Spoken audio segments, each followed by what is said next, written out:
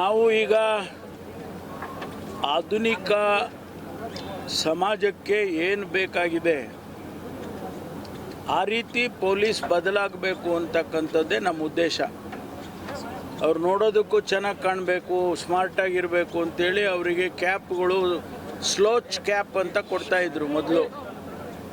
ಅದು ಅಷ್ಟೊಂದು ಅವರಿಗೆ ಕಂಫರ್ಟ್ ಇರಲಿಲ್ಲ ಅಂಥೇಳಿ ಭಾಳ ವರ್ಷಗಳು ಬೇಡಿಕೆ ಇತ್ತು ಬದಲಾಯಿಸಬೇಕು ಅಂತ.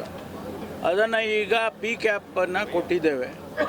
ಅದು ಅವರಿಗೆ ಕಂಫರ್ಟ್ ಆಗಿದೆ ಮತ್ತು ನೋಡೋದಕ್ಕೂ ಕೂಡ ಚೆನ್ನಾಗಿ ಕಾಣಿಸುತ್ತೆ ಹಾಗೆ ಅಂತೇಳಿ ಅವ್ರಿಗೊಂದು ರೀತಿಯಲ್ಲಿ ನಾವು ಆಫೀಸರ್ಸ್ ಅನ್ನೋ ರೀತಿಯ ಭಾವನೆ ಬರುತ್ತೆ ಅಂತೇಳಿ ಅದನ್ನು ಮಾಡಿದ್ದೇವೆ.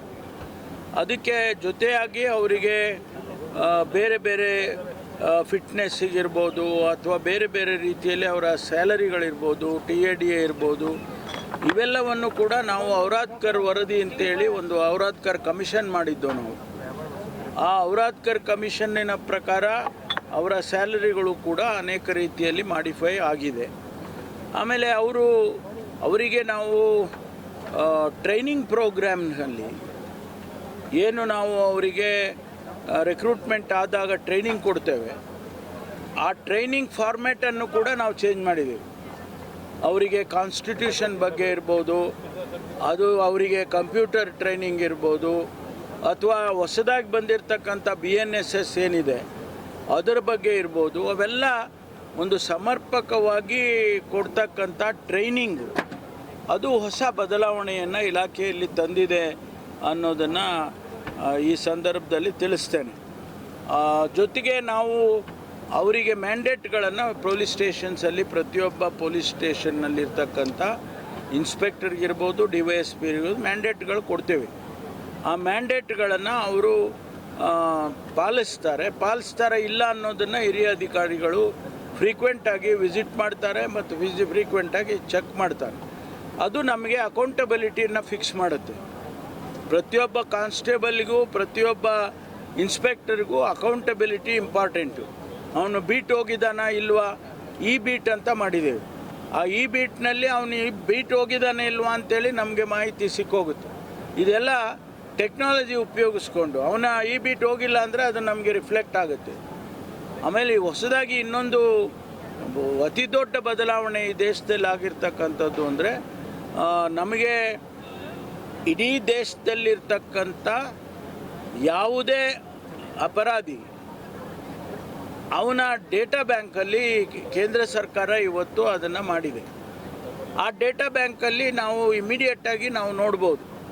ನಾವಿಲ್ಲಿ ಅವನ ಹೆಸರು ಯಾವುದೋ ಅನುಮಾನ ಬಂತು, ಅವನ ಹೆಸರು ಕಂಪ್ಯೂಟರಲ್ಲಿ ಟೈಪ್ ಮಾಡಿದ್ರೆ ಆ ಡೇಟಾ ಬ್ಯಾಂಕಿಗೆ ಆಕ್ಸೆಸ್ ಮಾಡುವಂಥದ್ದು ಅದನ್ನು ಈಗಾಗಲೇ ಹೊಸದಾಗಿ ಇಂಟ್ರಡ್ಯೂಸ್ ಮಾಡ್ತಾ ಇದ್ದಾರೆ. ಅದನ್ನು ನಮ್ಮ ರಾಜ್ಯದಲ್ಲಿ ನಾವು ಅದನ್ನು ಉಪಯೋಗ ಮಾಡಿಕೊಳ್ಳುವಂಥದ್ದು. ಅದರಿಂದ ಆಧುನಿಕತೆಯ ಬಗ್ಗೆ ಆಧುನಿಕ ಪೊಲೀಸಿಂಗ್, ಮಾಡರ್ನ್ ಪೊಲೀಸಿಂಗ್ ಅದು ನಮ್ಮಲ್ಲಿ ಎಫೆಕ್ಟಿವ್ ಆಗಿ ಆಗ್ತಾ ಇದೆ ಅಂತೇಳಿ ಹೇಳ್ತೇವೆ. ಸರ್, ಸೈಬರ್ ಕ್ರೈಮ್ ಅಪರಾಧಗಳು ಅಲ್ಲ, ನಾವು ಯಾತಕ್ಕೆ ಜಾಸ್ತಿ ಆಗ್ತಾ ಇದೆ ಅಂದರೆ ಮೊದಲು ಸೈಬರ್ಗೆ ರಿಜಿಸ್ಟ್ರೇನೇ ಮಾಡ್ತಿರಲಿಲ್ಲ, ಅದಕ್ಕೆ ಅವಕಾಶ ಇರಲಿಲ್ಲ. ಸೈಬರ್ ಕ್ರೈಮ್ ರಿಜಿಸ್ಟ್ರ್ ಮಾಡೋಕ್ಕೆ ಒಂದು ಪೊಲೀಸ್ ಸ್ಟೇಷನ್ಗೆ ಹೋಗಿ ಕೇಳಿದ್ರೆ ಇಲ್ಲ ರೀ ನಮ್ಗೆ ಇಲ್ಲೇನೋ ಆ ಥರದ್ದಿಲ್ಲ, ಹೋಗ್ರಪ್ಪ ಅಲ್ಲೆಲ್ಲ ಒಂದು ಅಲ್ಲೋಗಿ ಇಲ್ಲೋಗಿ ಅಂತ ಹೇಳೋರು. ಒಂದು ಸೆನ್ ಪೊಲೀಸ್ ಸ್ಟೇಷನ್ ಅಂತೇಳಿ ಜಿಲ್ಲೆಗೆ ಒಂದು ಪೊಲೀಸ್ ಸ್ಟೇಷನ್. ಅದು ಈಗ ಏನು ಮಾಡಿದ್ದೀವಿ ಅಂದರೆ ಯಾವುದೇ ಪೊಲೀಸ್ ಸ್ಟೇಷನಲ್ಲಿ ರಿಜಿಸ್ಟ್ರ್ ಮಾಡಿ ಅಲ್ಲಿಗೆ ಟ್ರಾನ್ಸ್ಫರ್ ಮಾಡ್ಬೋದು. ಸೊ ಹಾಗಾಗಿ ರಿಜಿಸ್ಟ್ರಿ ಜಾಸ್ತಿ ಆಗುತ್ತೆ, ನಂಬರ್ ಸಂಖ್ಯೆ ಜಾಸ್ತಿ ಆಗುತ್ತೆ. ಅದನ್ನು ನಾವು ರೆಗ್ಯುಲರಾಗಿ ನಾವು ಮಾನಿಟ್ರ್ ಮಾಡ್ತೀವಿ, ರೆಗ್ಯುಲರಾಗಿ ಮಾನಿಟ್ರ್ ಮಾಡ್ತೀವಿ. ಈಗ ನೋಡಿ, ಲಾಸ್ಟ್ ಇಯರು 22,000ಕ್ಕೂ ಹೆಚ್ಚು ರಿಜಿಸ್ಟರ್ ಆಗಿತ್ತು. ಈ ವರ್ಷಕ್ಕೆ 25-26ಗೆ 14,000ಕ್ಕೆ ಇಳಿದಿದೆ. ನಾವು ಇವಾಗ ಅದ್ರ ಮೇಲೆ ಸ್ಟೆಪ್ಸ್ ತಗೊಳ್ಳೋದಕ್ಕೆ ಜಾಸ್ತಿ ಮಾಡಿದ್ದೀವಿ. ನಮ್ಮಲ್ಲೂ ಟೆಕ್ನಾಲಜಿ ಇಂಪ್ರೂವ್ ಆದಂಗೆ ಈಗ ಅದು ಕೂಡ ಕಡಿಮೆ ಆಗುತ್ತೆ. ಸರ್, ಅದು ಸಪ್ರೇಟ್ ವಿಂಗ್ ಏನೋ ಮಾಡಬೇಕನ್ನುವಂಥದ್ದು ಮಾಡಿದ್ದೀವಿ ಅಲ್ಲ. ಈಗ ಅದಕ್ಕಾಗಿ ಒಂದು ವರ್ಟಿಕಲ್ ಕ್ರಿಯೇಟ್ ಮಾಡಿದ್ದೀವಿ. ಇಡೀ ದೇಶದಲ್ಲಿ ಫಸ್ಟ್ ಟೈಮ್ ಏನಂತ ಹೇಳಿದರೆ ಒಂದು DGP ಪೋಸ್ಟನ್ನು ಕ್ರಿಯೇಟ್ ಮಾಡಿ ಅದರ ಕೆಳಗಡೆ ADGಗಳು, IG ಗಳು, SP ಗಳು ಅವ್ರನ್ನೆಲ್ಲ ನಾವು ಮಾಡಿದ್ದೀವಿ. ಅದು ಇಡೀ ದೇಶದಲ್ಲಿ ಎಲ್ಲೂ ಇಲ್ಲ. ಅದನ್ನು ಮಾಡಲಾಗಿ ಈಗ ನಮಗೆ 14,000ಕ್ಕೆ ಬಂದಿದೆ. ಸೊ ಈ ರಿಜಿಸ್ಟ್ರಿ ಕಮ್ಮಿ ಆಗ್ತಾಯಿದೆ ಅಂದರೆ ನಾವು ಅದನ್ನು ಆ ಕೇಸಸ್ಗಳನ್ನ ಹಿಡಿದು ಸಾವಿರಾರು ಕೋಟಿ ರೂಪಾಯಿ ರಿಕವರಿ ಮಾಡಿದ್ದೀವಿ ಸೈಬರಲ್ಲಿ. ಇನ್ನೂ ಅದು ಮೊನ್ನೆ ಬೆಳಗಾಂನಲ್ಲೂ ಕೂಡ ಆಗಿದೆ. ಅದರಿಂದ ಈಗ ಇನ್ನೂ ಹೆಚ್ಚೆಚ್ಚು ಕೇಸಸ್ಗಳು ಬಂದಂಗೆಲ್ಲ ಅದಕ್ಕೆ ನಾವು ಆ್ಯಕ್ಟಿವ್ ಆಗಿ ಕೆಲಸ ಅಲ್ಲಲ್ಲ, ಇದು ಮ್ಯೂಲ್ ಅಕೌಂಟ್ಸ್ ಅಂತ ಇರ್ತವೆ. ಅವನ್ನೆಲ್ಲೋ ಕೂತ್ಕೊಂಡು ಎಲ್ಲೋ ಅಕೌಂಟ್ ಓಪನ್ ಮಾಡ್ಕೊತಾನೆ, ನಮಗೆ ಮಾನಿಟರ್ ಮಾಡೋದು ಕಷ್ಟ ಆಗುತ್ತೆ. ಅದನ್ನೇ ಈಗ ನಾವು ಟೆಕ್ನಾಲಜಿ ಚಾಲೆಂಜಸ್ ಅಂತ ಹೇಳೋದು. ನಮಗೆ ಎಲ್ಲೋ ಈಗ ಒಂದು ಉದಾಹರಣೆ, ಒಂದು ಮೆಸೇಜ್ ಬರುತ್ತೆ ನಮಗೆ, ಇಂಥ ಬೆಳಗಾಂ DC ಆಫೀಸಲ್ಲೋ ಎಲ್ಲೋ ಬಾಂಬ್ ಇಟ್ಬಿಟ್ಟಿದ್ದೀವಿ ಅಂತ ಅವನೋ ಮೇಲ್ ಆಗ್ತಾನೆ. ಅವನದು IP ಅಡ್ರೆಸ್ ಎಲ್ಲಿರುತ್ತೆ ಅಂತಂದರೆ ಅವನೆಲ್ಲೋ ಯಾವ ಕೊರಿಯನೋ ಯಾವುದು ರಷ್ಯಾನೋ ಯಾವುದೋ ಒಂದು ಅಲ್ಲಿ ಅಕೌಂಟ್ ಮಾಡಿರ್ತಾನೆ. We can't catch him. Sir ಈಗ ಬೆಳಗಾವಿಯಲ್ಲಿ 2 ಟ್ರಾಫಿಕ್ ಪೊಲೀಸ್ ಠಾಣೆ ಹೆಚ್ಚಿಸೋದು ಏನಾರು ಮಾಡ್ತೀರಿ?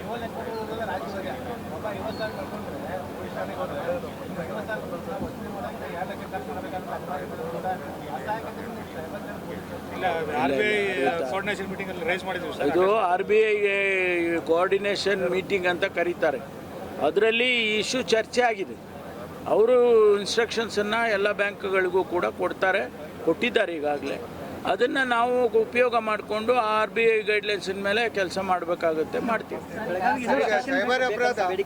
ಸೈಬರ್ ಅಪರಾಧ ಕಂಟ್ರೋಲ್ ಮಾಡಲಿಕ್ಕೆ ಟೆಕ್ನಿಕಲ್ ಹ್ಯಾಂಡ್ಸ್ಗಳು ಬೇಕು. ಅದಕ್ಕೇನಾದ್ರೂ ಹೊಸ ರಿಕ್ರೂಟ್ಮೆಂಟ್ ನಾನು ಹೇಳಿದೆ, ಕೇಳಿಸ್ಕೊಳ್ಳಿಲ್ಲ ನೀವು. ಪ್ರತಿಯೊಬ್ಬ ಕಾನ್ಸ್ಟೇಬಲಿಗೂ ಕೂಡ ನಾವು ಸೈಬರ್ ಹ್ಯಾಂಡಲ್ ಮಾಡೋದಕ್ಕೆ ನಾವು ಅವರಿಗೆ ಟ್ರೈನಿಂಗ್ ಕೊಡ್ತೀವಿ. ಸ್ಟಾರ್ಟ್ ಆಗಿದೆ ಈಗಾಗಲೇ. ಸುಮಾರು 10-15 ಸಾವಿರ ಜನ ಈಗಲೇ ನಾವು ಟ್ರೈನಿಂಗ್ ಕೊಟ್ಟಿದ್ದೇವೆ ಈಗಾಗಲೇ. ಪ್ರತಿ SP ಕೂಡ ಅವರಲ್ಲಿ ಸೈಬರ್ ಲ್ಯಾಬನ್ನು ಮಾಡಿ ಒಂದು ಬ್ಯಾಚಿಗೆ 20 ಜನನೋ ಏನೋ ಮಾಡ್ಕೊಳ್ತಾ ಇದ್ದಾರೆ. ಎಲ್ಲರಿಗೂ ಕೂಡ ಟ್ರೈನಿಂಗ್ ಕೊಡಬೇಕು ಅಂತ ಹೇಳಿದ್ವಿ. ಲಕ್ಷಾಂತರ ಜನ ಹೋರಾಟಗಾರ